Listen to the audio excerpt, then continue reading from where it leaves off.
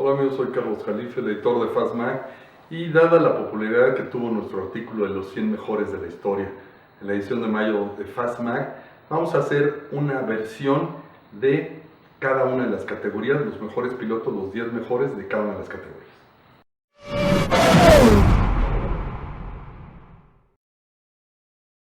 En esta ocasión hablaremos de las 10 mejores pilotos de la historia. En el sitio 10 tenemos a Lois Smith, la primera dama de NASCAR, aunque no fue la primera que corrió en NASCAR, pero sí fue la más exitosa de todas las mujeres. Ella era contrabandista ilegal de whisky y en 1946 empezó a correr en Greenville, ya cuando los ilegales pasaron a ser legales en las pistas. Corría con un Ford 1939 modificado y en una de sus primeras carreras en Daytona, cuando era la mitad de pista y la mitad de playa, volcó su auto y a su marido le dijo que se le había descompuesto. Su marido tenía un deshuesadero y no sabía ella que su foto con el auto chocado había salido en todos los periódicos locales. Sin embargo, siguió corriendo ante la oposición familiar y en 1949 Bill France formó NASCAR y se dio cuenta de lo atractivo que era tener una mujer en sus filas, por la cual la reclutó para que estuviera en autos tipo stock, en modifieds, en midgets, en late models y sportsmen. Corrió 11 veces en la Copa NASCAR entre 1949 y 1952, pero siguió corriendo hasta 1956 y fueron más de 100 carreras, de las cuales ganó 38, 28 de ellas en modifieds, y tenía un estilo muy agresivo que hacía que la respetaran, pero también que le causaba bastantes choques. Se retiró en 1956 y regresó en 1971 como dueña de equipo, apoyando a pilotos novatos y siguiendo al deporte como la primera dama de NASCAR. 9. Pat Moss era la hermana menor de Stirling Moss y además destacada ralista, aunque empezó en equitación hasta que a los 11 años Stirling le enseñó a manejar. Ella fue miembro del equipo británico de hipismo en 1954 y empezó a correr con triunfo en rallies hasta que BMC, la British Motor Corporation, le ofreció un MG para el rally inglés 1955 y siguió corriendo con ellos varios años. En 1958 fue cuarta en un Morris Minor de la propia BMC en el rally Lieja Sofía Lieja y en el rally inglés, con lo cual obtuvo su primera corona europea de damas. No había campeonato mundial entonces. En 59 no la retuvo, pero en 60 obtuvo la segunda al ganar el rally Sofía Lieja sobre un Austin Healey 3000 y terminar segunda en la Copa Alpina. En 61 logró el segundo general en el rally Rack, el cual iba ganando, pero se detuvo para ayudarle a Eric Carlson, que había tenido un pinchazo, y le prestó una llanta. Luego se casaría con el sueco un par de años después. Con el Austin Healey acabó tercera en 62 en el Rally Rack, triunfó en el Rally Tulipanes en un Mini Cooper, en 63 corrió con Ford sin buenos resultados y en 64 se pasó a Saab como coequipera de Carlson, fue quinta en Monte Carlo y logró su cuarta corona continental de damas. En 65 retuvo el título al ser tercera absoluta en Monte Carlo y luego se cambió a Lancia en 67 y quedó segunda en el San Remo en 68, dominó otros rallies y también fue tercera en el 999 minutos, séptima en Córcega, octava en el Acrópolis griego. Luego, en 69 tuvo una hija y entonces empezó a dejar de correr y todavía en 72-73 estuvo en el Alpine, en Monte Carlo, en el Rack y luego en 74 se retiró con Toyota tras correr el Rally Rack inglés. 8.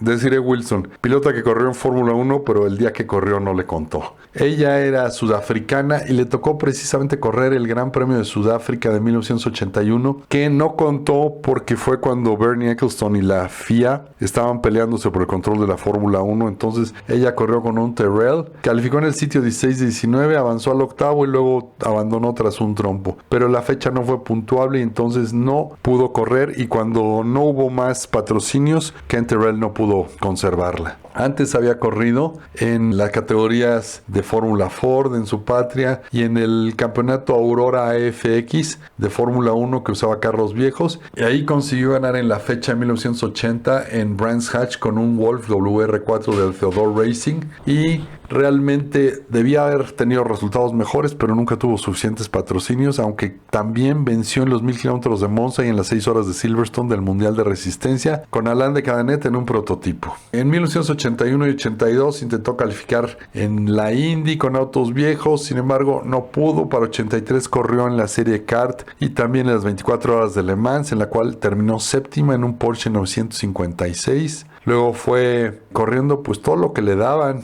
Ya fue a Japón en la Fórmula 3000, en Indy Lights, en GTs en IMSA y demás, pero siempre con resultados pobres porque su equipo era pobre. Era una gran pilota, pero nunca tuvo el patrocinio que merecía y ahora aparece nada más en eventos vintage. 7. Eliska Junkova, más conocida en Occidente como Elizabeth Juniek. Ella es una checa que era dependiente bancaria. Se casó en 1922 con Vincent Junek y él le transmitió su pasión por los autos. Corría un Mercedes y ella era su mecánica hasta que él empezó a tener problemas por una lesión sufrida en la guerra. No podía cambiar bien las velocidades y entonces ella se puso al volante y compraron 2 autos y compartían en su equipo. Ella ganó varias pruebas locales como la Sabraslav Noviste, la Brno Sobesice y se convirtió en una celebridad local al ser la primera mujer del mundo en ganar en carreras tipo Gran Premio. Luego también corría en Hill Climbs, quedó segundo en el Hill Climb suizo de Klausen Pass, que era parte del campeonato europeo, y sus mejores momentos llegaron en la Targa Florio, en la cual debutó en 1927, iba cuarta pero chocó y sin embargo en 1928 tuvo la victoria al alcance de la mano, pero en el giro final de 108 kilómetros su auto empezó a fallar y la pasaron otros 4, con lo cual quedó en quinto sitio.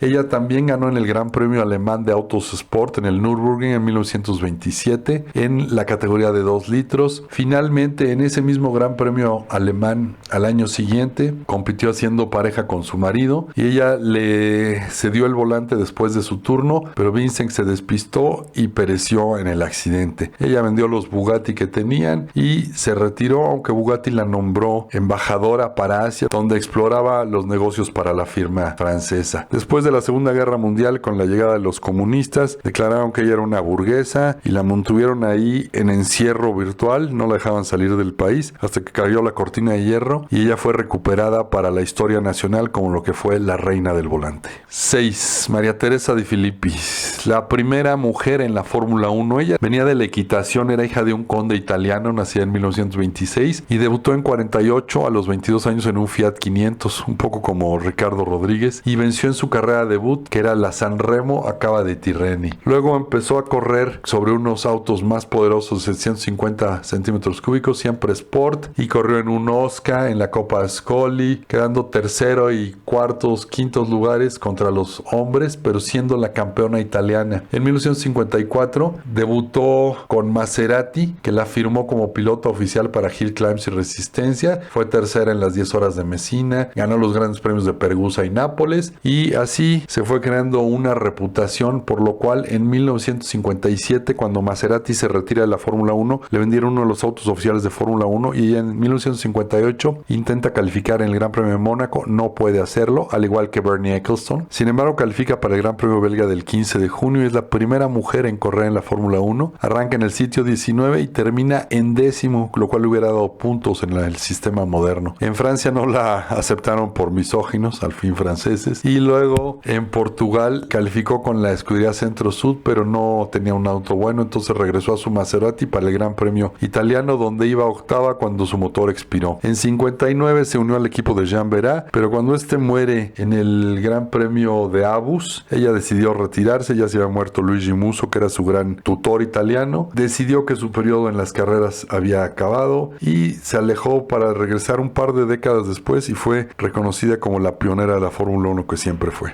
5. Jutta Kleinschmidt. Esta alemana de 1962 empezó a trabajar en BMW y se iba a su trabajo en motocicleta, por lo cual empezó a correr en 1987 en Rally Ride como el Rally Los Faraones con las motos de la firma. Para 1999 ganó el Rally Egipcio y el París Ciudad del Cabo y empezó a subirse a autos turismos en las 24 horas de Nürburgring, en las de 24 horas de Clermont-Ferrand, y también debutó en el Dakar. Luego se pasó al equipo de su novio Jean-Louis Schlesser. Con él estuvo corriendo en el Dakar entre 1996 y 1999 y se convirtió en la primera mujer en ganar etapas y venció en su clase en las 24 horas del Nürburgring, pero ese éxito le trajo algunos problemillas con el propio Schlesser y lo dejó y se fue precisamente a Mitsubishi, con los cuales en 2001 terminó ganando tras una batalla brutal con Schlesser y con Hiroshi Matsuoka, que era su coequipero. Ganó y es la única mujer hasta la fecha que ha terminado arriba del podio en el Dakar. En 2002 también quedó segunda en el Dakar atrás de Matsuoka y luego siguió compitiendo hasta 2007, teniendo un podio de tercer lugar con Volkswagen, con la Touareg en 2005 y luego corrió con BMW. Posteriormente siguió corriendo en autos de resistencia, en GTs, Benz en clase y se volvió la presidenta de la Comisión Cross Country de la FIA, que busca recuperar la gloria perdida de los años del Mundial de Cross Country Ride. Y este 2021 firmó para hacer la primera campaña de la serie Extreme E de autos ride eléctricos a los 60 años de edad.